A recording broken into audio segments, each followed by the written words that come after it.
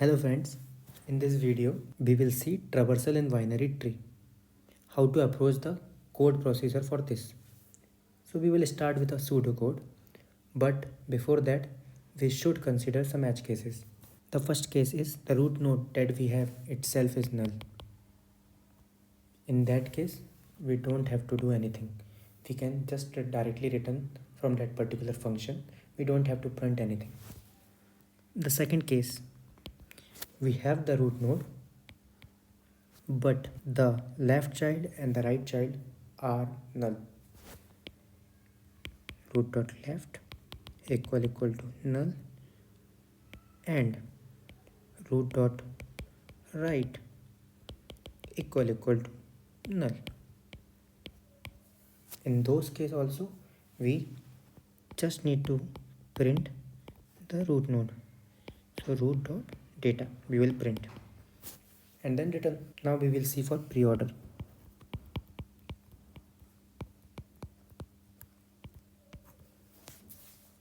In pre-order traversal, we will first process root node, then left child, then right child. So let's create one function pre-order, which will take root node as an input and print the pre-order traversal of this particular tree. So first we need to consider the edge cases, which are root equal to null. In that case, just return from here. Don't do anything. Okay. Then since it's a root node and we have to process the root node first, in pre-order traversal we can directly print it. System.out.print root.data.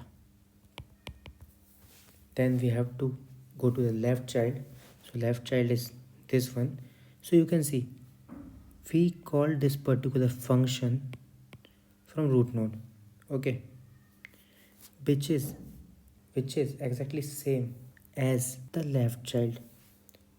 And if we have to process the left child, we can consider 2 as a root node for this, and we will process the left part also.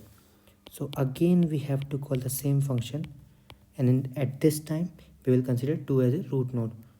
Okay, so root dot left we will pass here, and similar way if we have to process the right part, we can consider pre-order root dot right. Okay, in this way we can fetch the pre-order traversal for this. Most of the people are having a doubt, like what if we have a root node but the left child and right child are null. The edge condition we already know, we already considered before as well, but how this solution incorporating that particular condition? Let's take a dry run for this. The root node is 1, so we will call pre-order. The root node value is 1, the root node itself we can pass. So this is not null. You can see root equal to null. This is not the case. So now here we will come, we will print this node root.data. So we will print 1 here. Now pre-order root.left, we will again call pre-order root.left, which is root.left, it is null. So we will pass null here. So you can see we will come again here root equal to null and we will return. So it will not do anything. Then we will come here, which is pre-order root dot right. Root is 1 and its right is null. Then we will again call root equal to null, we will return. We are not doing anything. So we got our answer, and this particular scenario is already covered in this solution. Okay, now we will do the dry run for the previous code with this example. So you can see we are on the root node, which is 1. So we will do the null check for it. It is not null. Then we will come to this particular line and we will print, since it is SOP, system.out.print root.data. So root.data is nothing but 1. Then we will go to the next line, pre-order root.left. So root.left we have node 2. So we will come to the root node 2 and we will do the same function again. Null check, it is not null. then system.out.print root.data, which is 2, then preorder root.left. So root.left for 2 is nothing but node 3. So from here we will go to node 3, then we will do the null check, it is not null, then system.out.print root.data, which is 3, we will print, then preorder root.left. The root.left for 3 is nothing but null value, and for null value if we do the same function again and it will return. So we came back directly here. Then it's time for preorder root.write. Root.write for 3 is again null, you can see. So we will again go null, we will do null check and it will return. So this piece of code is done. So from where we come to this particular function? From here. So this is done. Then we will do preorder root.write for node 2. For node 2, root.write is 4th node, node 4.